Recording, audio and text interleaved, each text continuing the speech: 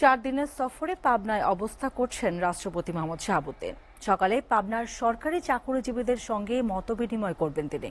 11:30টার দিকে মতবিনিময় সভায় যোগ দেবেন Pabna chamber of commerce and industries লিমিটেডের প্রতিনিধিদের সঙ্গে। দুপুর 1টায় সার্কিট হাউসের উদ্দেশ্যে যাত্রা করবেন। এদিকে রাষ্ট্রপতির পাবনা সফরকে কেন্দ্র করে জেলা জুড়ে চলছে আনন্দ উৎসব।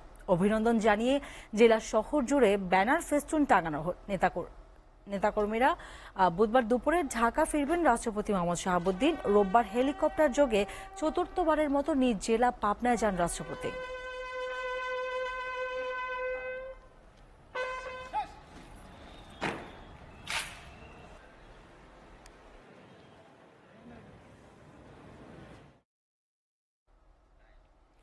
আরো খবর জানাতে পাবনা থেকে সরাসরি যুক্ত হচ্ছেন সহকর্মী কামরুল ইসলাম।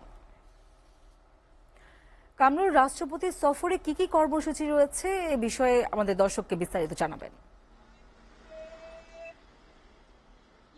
ধন্যবাদ আপনাকে। পাবনার কৃতি সন্তান, পাবনার সন্তান মোহাম্মদ শাহাবুদ্দিন দেশের 22তম রাষ্ট্রপতি হিসেবে তিনি শপথ নেবার পরই কিন্তু পাবনায় এসেছিলেন। এবারে চতুর্থবারের মতো তিনি কিন্তু পাবনায় আসছেন 4 দিনের রাষ্ট্রীয় সফরে।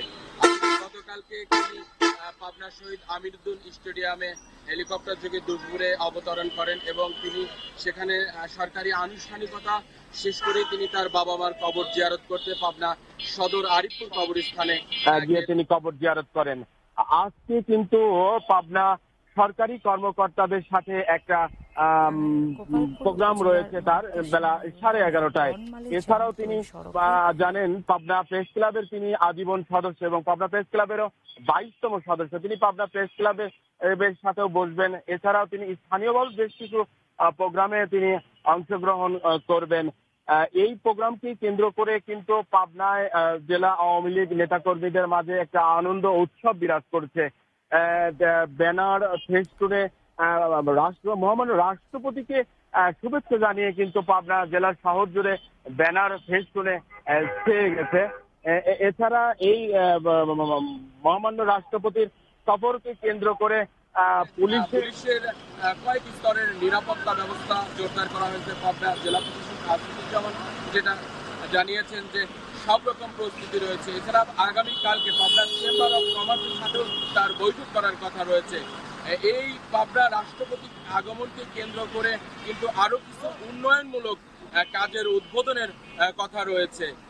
মহামান্য রাষ্ট্রপতির সফর ছিল এই সর্বশেষ পরিস্থিতি।